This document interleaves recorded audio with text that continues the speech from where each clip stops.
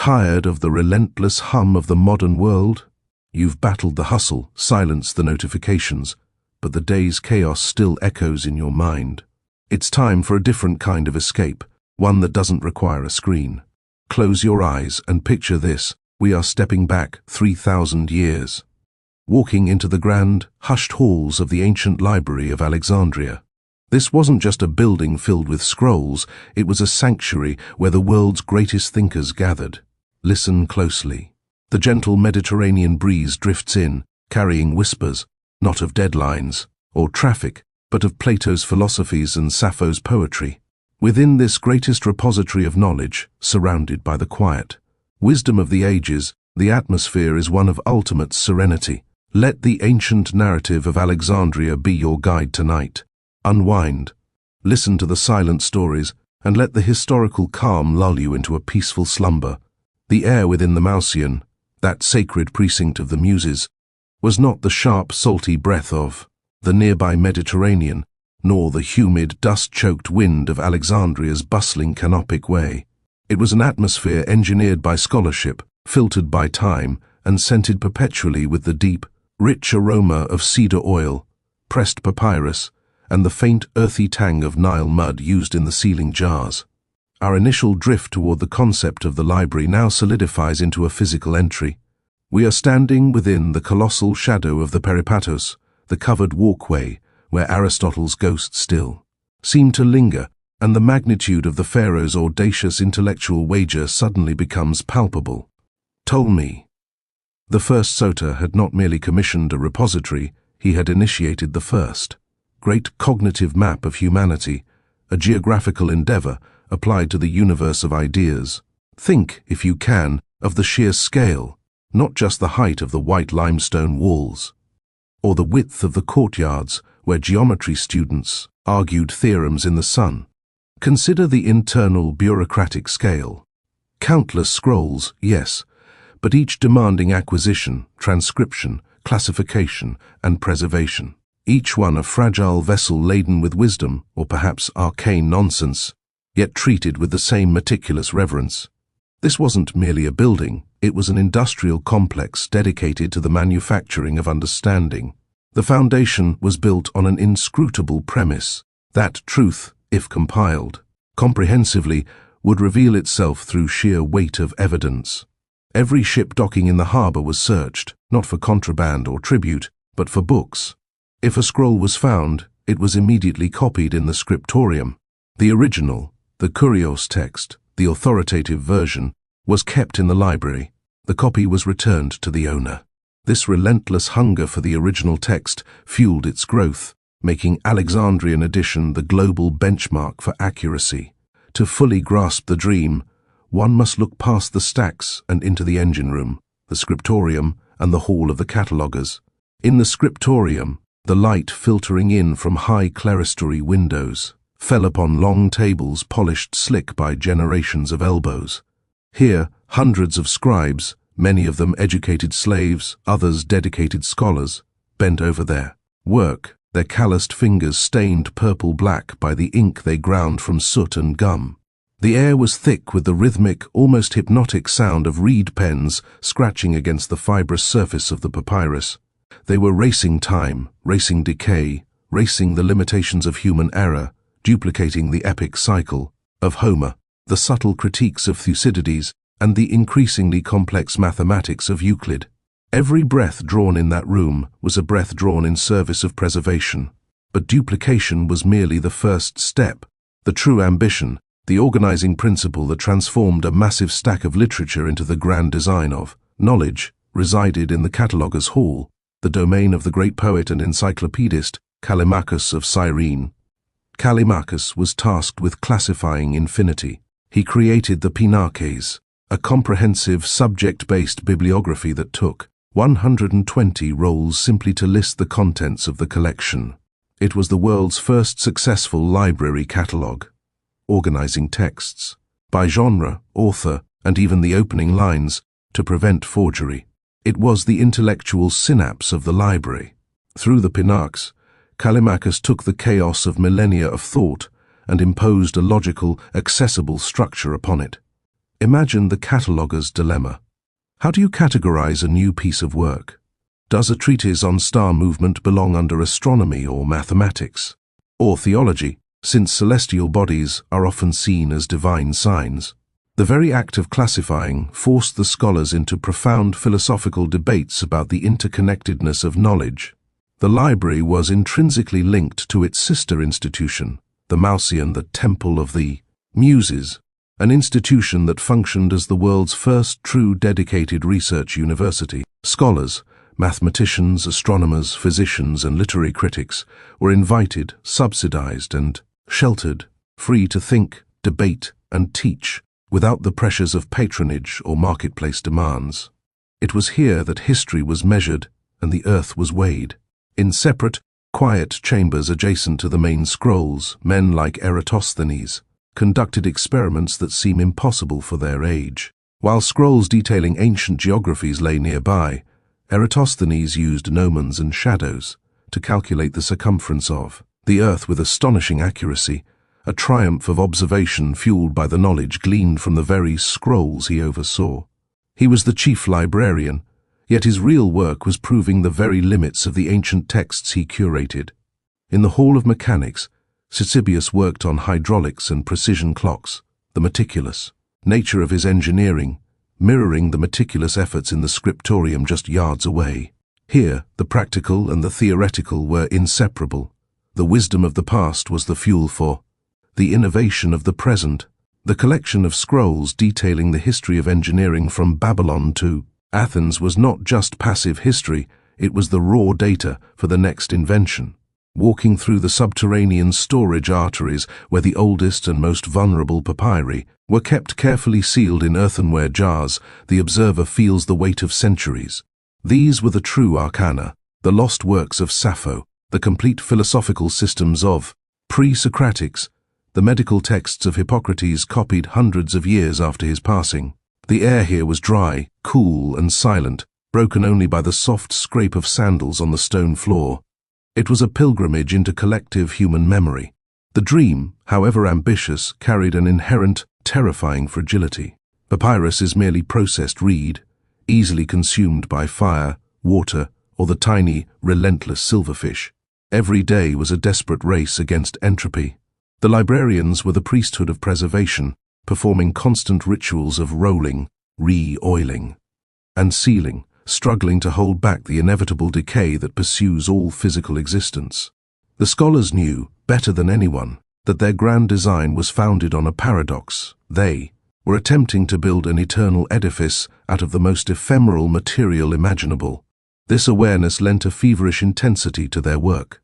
They were obsessed, not just with collecting, but with cataloguing and criticizing. The Alexandrian tradition was defined by its rigorous, often vicious literary criticism, the comparison of texts to find the one, true, original voice. This critical tradition established the modern methodology of textual study, born from the necessity of managing an overwhelming volume of diverse and often contradictory information. To stand in the heart of this building is to witness the crystallization of an entire civilization's intellectual drive. It wasn't the largest structure in Alexandria, the lighthouse claimed that distinction, but it was the epicenter of its gravity. The library was the city's soul, the silent argument for the Hellenistic project, the belief that through rational inquiry and exhaustive compilation, humanity could transcend its local limitations and grasp universal law. The vision of the pharaohs and the tireless labor of the scholars fused, here creating something far more magnificent than a simple collection.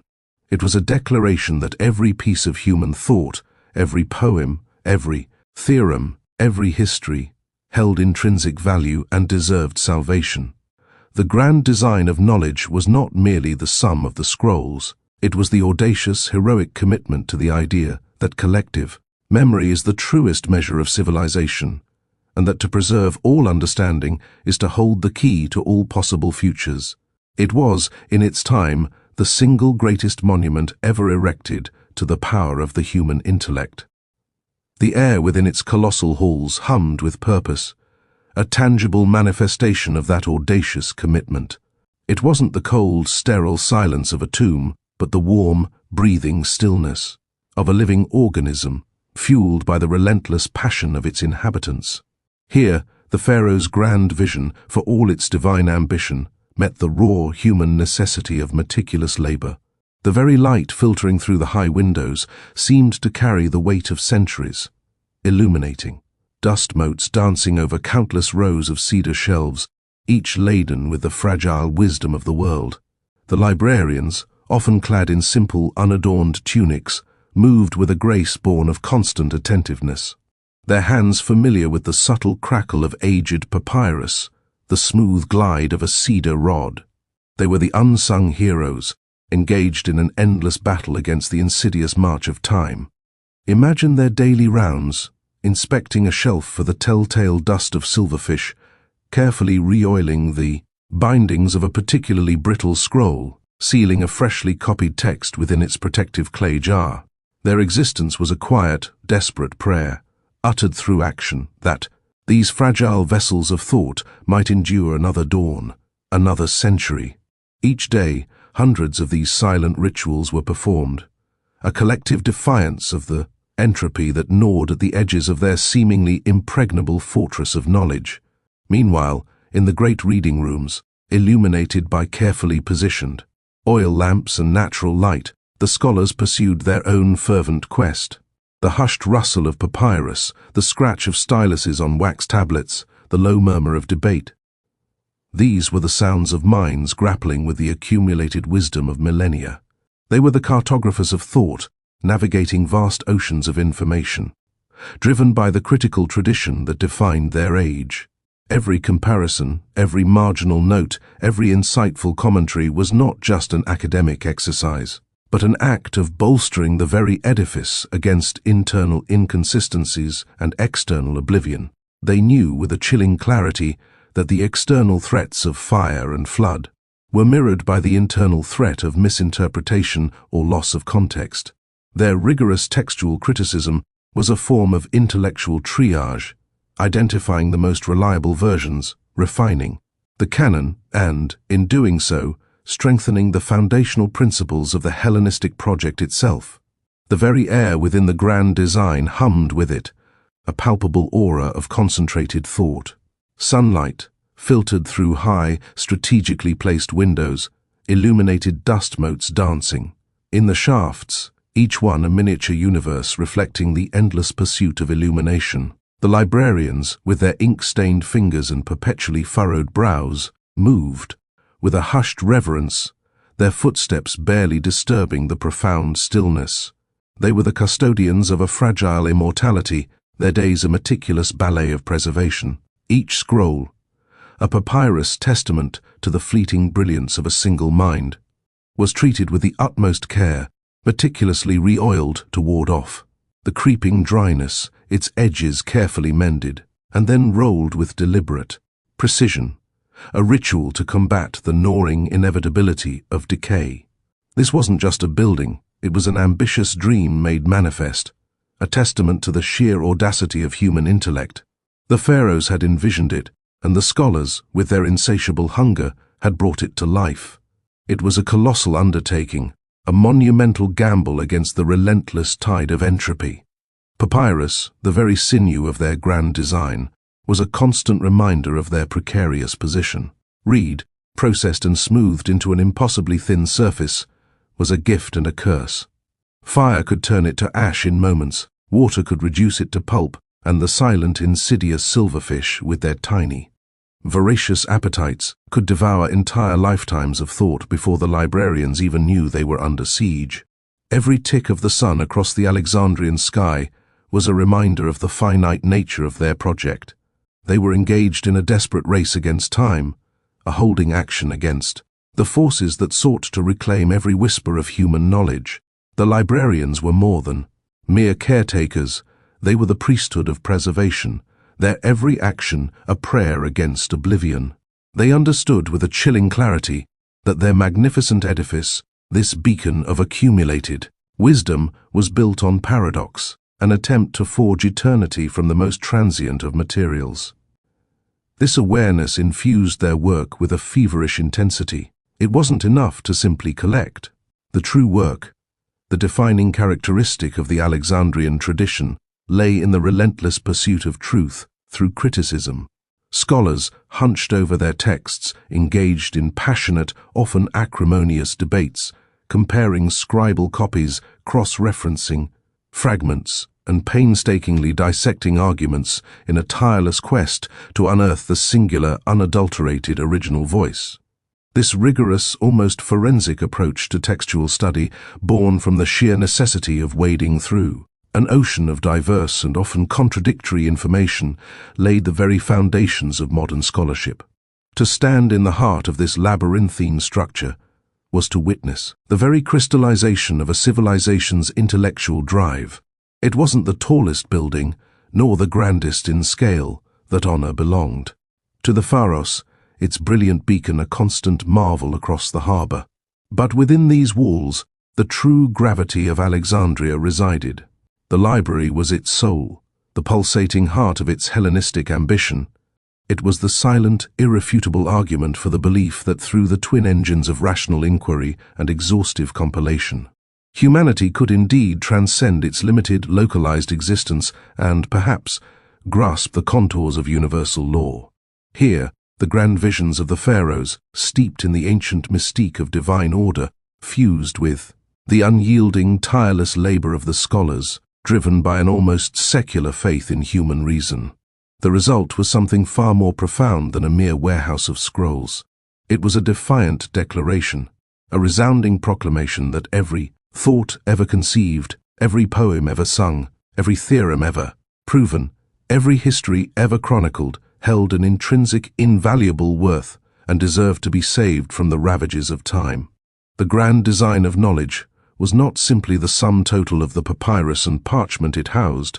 It was the embodiment of an audacious, heroic commitment to a singular idea that collective memory is the truest, most enduring measure of civilization, and that to meticulously preserve all understanding is to hold within one's grasp the key to unlocking all possible futures. In its time, it stood as the single greatest monument ever erected to the boundless, insatiable power of the human intellect, a testament to the enduring human need to know, to understand, and to remember. The transition from the architectural declaration of the library to its internal, living mechanism was always marked by a profound change in the prevailing atmosphere. If the exterior suggested eternity, the interior demanded precision.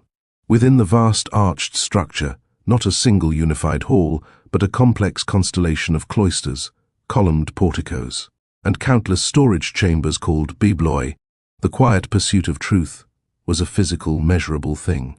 The air itself was thick, smelling of aged papyrus, newly procured cedar, oil used for preservation, and the metallic tang of fresh soot ink. Here was the scriptorium, the throbbing engine room of universal memory. It was not silent, but the sounds were ritualistic, hushed. Hundreds of men, mostly slaves, freedmen, and dedicated apprentices, sat at long, shallow wooden tables, positioned precisely to catch the filtered northern light. Their posture was identical, backs slightly slumped over low stools, eyes fixed intently on the exemplar text provided by the chief curator. Visualize the scribes, their hands, stained indigo and black, moved with the hypnotic rhythm of practiced necessity. The quills, perfectly trimmed reed pens, danced across the coarse fibers of Egyptian papyrus, reproducing the curves of Attic Greek or the angularity of Demotic script. This wasn't merely copying, it was a meticulous, agonizing act of translation, transliteration, and multiplication. Each stroke was an assertion against cultural loss. A single error, a dropped letter, a misplaced accent mark, could alter the trajectory of an entire argument, rendering centuries of thought slightly askew. The scribes were the infantry in the war against forgetfulness, sacrificing their eyesight and the flexibility of their knuckles to ensure Hippocrates' wisdom or Plato's dialogues did not dissolve into dust. In the adjacent quarters, where the light faded slightly and the temperature remained cooler and constant, essential for the rotuli, stood the librarians, the true heroes of this silent war.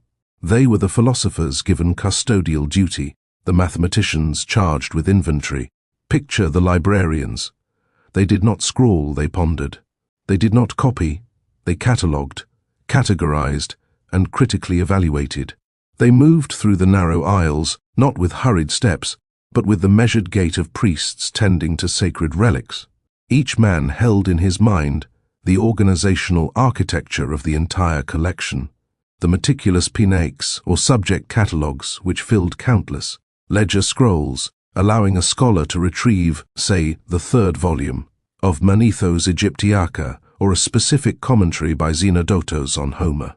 This was where the profound ideas were debated, often in tense, low murmurs that dared not break the concentration of the surrounding workers.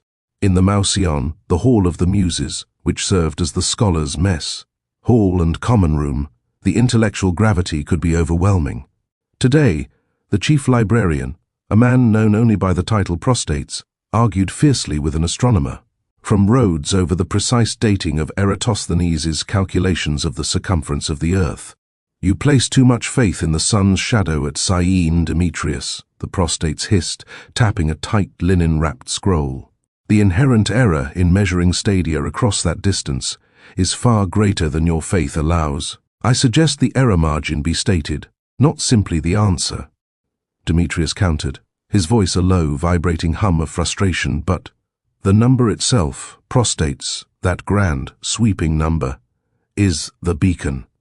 To state the margin is to admit weakness. It is proof our technique can conquer distance. The debate was about more than simple geodesy. It was a debate on the nature of truth itself. Should knowledge be audacious and definitive, or cautious and qualified? Their words, though technical, carried the weight of civilization's direction. Safeguarding fragile texts meant safeguarding fragile ideas from misuse, misinterpretation, or overconfidence. Throughout these vast halls, one could hear the hushed reverence for knowledge. It was less a sound and more an atmospheric pressure. It was the soft thump of a volume being gently returned to its shelf niche. It was the scraping of a reed knife used to smooth the surface of the papyrus before the next column of text began. It was the slow, steady breathing of hundreds of men engaged in the world. Most crucial enterprise, the transfer of thought across the chasm of time. This quiet pursuit of truth echoed not through shouts, but through the cumulative effort of countless silent actions. Every action, from the careful mixture of the ink to the deliberate arrangement of the scrolls by topic and author, was an acknowledgement that the collective memory held here was infinitely more valuable than any individual fortune or political victory. The library stood, day and night, a monument to defiance. It defied ruin, it defied illiteracy, and most of all, it defied the simple, tragic human habit of forgetting. It was a space consecrated not by deity, but by intellect, a place where the possibility of unlocking all possible futures resided in the integrity of a well-preserved, meticulously copied past. This was the silent, irrefutable argument that resonated through the columns, the heartbeat of Alexandria, a testament to the enduring human need to know, to understand, and above all to remember. The vibrating hum of Demetrius's protest faded into the thick linen drapery partitioning the main reading hall from the smaller scriptorium reserved for specialized transcriptions. Here, the air was drier, heated slightly by strategically placed charcoal braziers meant to draw dampness from the oldest papyri. Within this protected space, away from the grand philosophic arguments of the generals of knowledge, sat the foot soldiers, the dedicated preservers. Among them was Lycion, a young Hellenic scholar whose primary task was the meticulous repair and recopying of texts deemed too fragile, too controversial, or too potentially transformative for open circulation. He was one of the few who truly knew the depths of the library's defiance, not just against ruin, but against ignorance itself. Lycion was currently immersed in the archive of forgotten philosophies, a collection that showcased how many times human intellect had nearly touched the stars, only to have the supporting structure of culture collapse beneath it. He worked on the scrolls of the pre-Socratics, not the fragments known to the public, but the complete, sprawling expositions. One such text detailed a cosmological model by Heraclitus that went far beyond the simple aphorisms known in the Agora. It described the logos not as a static divine law, but as a system of constant, measurable flux, proposing that reality operated based on infinitesimal, cyclical decay and renewal. It was a model of physics that utilized complex, iterative mathematics, centuries before they were formally defined, suggesting that change was not chaotic, but governed by quantifiable principles applied across immense distances. Reading it, Lycian felt a dizzying sense of temporal vertigo, realizing that the present academic philosophy was merely a diluted echo of this foundational genius. But the philosophical insights were mild compared to the lost histories. Lycian's hands trembled slightly as he began the transcription of what the prostates had labeled the Atlantean question, a third account. It was not the vague mythologized tale of the island kingdom popularized by Plato, but a shockingly dry, precise navigation ledger and diplomatic correspondence attributed to early Minoan travelers. These travelers did not describe a glorious sinking continent, but a vast, sophisticated copper-trading empire located far beyond the pillars of Heracles, supported not by slaves, but by intricate hydraulic systems and advanced meteorological science used to ensure crop yields. This history was silent on the cataclysm, but detailed the empire's slow, agonizing collapse due to internal political rigidity and, pivotally, a deliberate decision to hoard and restrict technological knowledge among the ruling priesthood. It was a history that served as the darkest warning the library possessed. Knowledge, if protected too fiercely, could become the very cause of extinction. It was terrifyingly relevant to the debate Lycian had just overheard, the precise line between safeguarding and suffocating truth. Yet, it was the contents of the last section of the hidden archive, the catalogue of perilous sciences, that truly contained the seeds of world transformation. These were the documents the prostates guarded with the most severe zeal, texts that defined not merely what was, but what could be. Lycian carefully unrolled a perfectly preserved scroll of parchment, thicker than papyrus, written in a clear engineering hand. It was an exhaustive treatise by Archytas of Tarentum, detailing the mechanics of flight.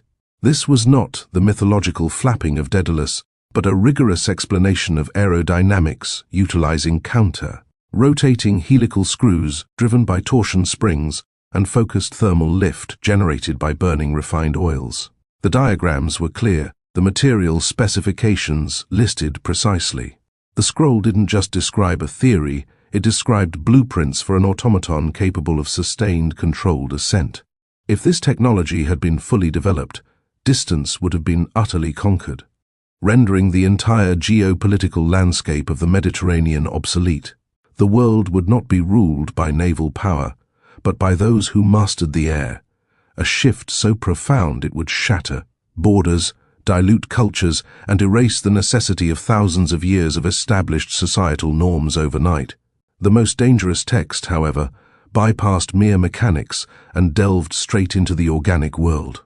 It was a treatise on microscopic biology compiled by a physician named Theophilos, who claimed to have used highly polished, layered lenses, a technology the common world believed impossible to observe the minute wanderers bacteria responsible for disease and fermentation. The scroll laid out rudimentary principles of sanitation, inoculation, and even detailed methods for preserving perishable goods using concentrated salts and volatile oils. Such knowledge was not just illuminating, it was revolutionary. It promised the possibility of controlling plagues, extending lifespans dramatically, and eliminating the perpetual threat of famine, problems that had defined the human condition since the dawn of time. If released, this knowledge would not merely improve life, it would fundamentally alter humanity's relationship with mortality and the divine. Who needed the capricious favor of Asclepius when a simple mixture of prepared herbs and clean water could defeat the rot? Lycian carefully smoothed the parchment. The argument between Demetrius and the prostates echoed in his mind. Audacious definition versus cautious qualification. The library was the ultimate paradox. It preserved these dangerous ideas, locking them away in the quiet, dry air of the scriptoriums, ideas that could launch ships into the sky, cure the sick, erase geographical boundaries, and overturn the very concept of historical truth. They were held captive here, precisely because the scholars understood that humanity was not yet ready to wield them responsibly. The library, therefore, was not merely a house of books, it was a pressurized chamber holding back a global flood of disruptive knowledge. Every soft thump of a returned volume, every scrape of the reed knife was a check against chaos. The silence was the sound of concentrated power, restrained. Lycion knew that the true secret of Alexandria was not contained on the scrolls, but in the collective, agonizing decision to hold them back, waiting for the fragile moment when civilization had matured enough to truly utilize, not destroy itself with, the memory of its own limitless potential. Until that moment, they merely waited, breathing softly, preserving the spark of genius against the inevitable approach of the long, dark night of forgetting. Lycion felt the immense weight of that silence, a palpable pressure in the air. He understood the fragile balance they maintained, the almost unbearable burden of their collective decision, the agony of preserving such power while denying its immediate release. The long, dark night he envisioned wasn't just the potential burning of scrolls, but a far more terrifying descent into an age where the very idea of such profound knowledge might be forgotten, erased from the collective consciousness, leaving humanity to grope in perpetual dimness. Yet, the library's ultimate purpose, though often misunderstood by the world outside its walls, was to preserve, and even in its eventual decline, its magnificent architecture crumbling into dust, and the devastating loss of countless texts, fragments of its brilliance escaped. A scholar fleeing with a precious few scrolls hidden beneath their robe, a critical copy made for a distant patron, a vital principle whispered from teacher to student, passed down through generations before the last flame died. Theophilos's treatise on minute wanderers might have vanished from the core collection, perhaps sacrificed in a desperate attempt to save other, more politically palatable works, but the concept of unseen agents of disease, the logic of sanitation, the potential of microscopic observation, these were harder to burn than parchment. They were ideas, resilient and protean, capable of reforming themselves in new minds, in new eras. Centuries passed, marked by cycles of advancement and regression, enlightenment and dark ages. The long night Lycion had feared indeed descended, and for vast stretches the world stumbled without. The clarity that Theophilos, and so many others within Alexandria's silent halls, had offered. Plagues ravaged populations with terrifying regularity, famines persisted, and lifespans remained tragically brief. Yet, the spark, however faint and flickering, continued to glow. In isolated monasteries, in the rudimentary practices of folk healers, in the nascent inquiries of alchemists and early natural philosophers, the echoes of that ancient understanding persisted. Hand-washing was rediscovered, vaccinations stumbled upon through painful observation, and methods of food preservation were refined through trial and error, each step a hesitant relearning of what Lycion's era had already understood, held captive in ink and papyrus. And today, the world Lycion could scarcely have imagined teems with the abundant fruits of that once dangerous knowledge. The minute wanderers are no longer invisible agents of capricious fate, but precisely categorized microbes, their genomes sequenced, their vulnerabilities exploited by targeted medicines, and their beneficial roles harnessed. Sanitation is a cornerstone of global public health. Inoculation campaigns have eradicated ancient scourges like smallpox and pushed others to the brink, and the concentrated salts and volatile oils Theophilos detailed have evolved into sophisticated food science, preserving and distributing nutrients to billions across continents. The daily grind of human existence, once defined by the omnipresent threats of plague, famine, and early death, has been fundamentally reshaped, allowing for lives of extended health and unprecedented opportunity. Yet, the pressurized chamber of Alexandria isn't entirely gone. It has merely transmuted, its walls now invisible but no less potent. Today, vast supercomputers churn through data on climate models, predicting futures that demand collective, often uncomfortable, action. Geneticists wield tools that can edit life itself, forcing profound ethical debates on what it means to be human and the boundaries of creation. Artificial intelligence promises unparalleled advancement, yet also whispers of uncontrollable autonomy, echoing the ancient fear of knowledge too powerful for humanity to handle. The global flood of disruptive knowledge Lycaon foresaw is here, not held back by parchment, but managed by complex algorithms, international accords, and the collective wisdom and occasional folly of an interconnected world. The agonizing decisions continue, now made in boardrooms, research ethics committees, and global summits. The spirit of the library lives on, not in a single monolithic structure, but in the countless institutions dedicated to research, education, and the open dissemination of information. In the quiet hum of a university library, in the intense focus of a laboratory where new-minute wanderers are identified and tamed, in the global collaborative efforts to share and verify data in real time, the ghost of Alexandria breathes.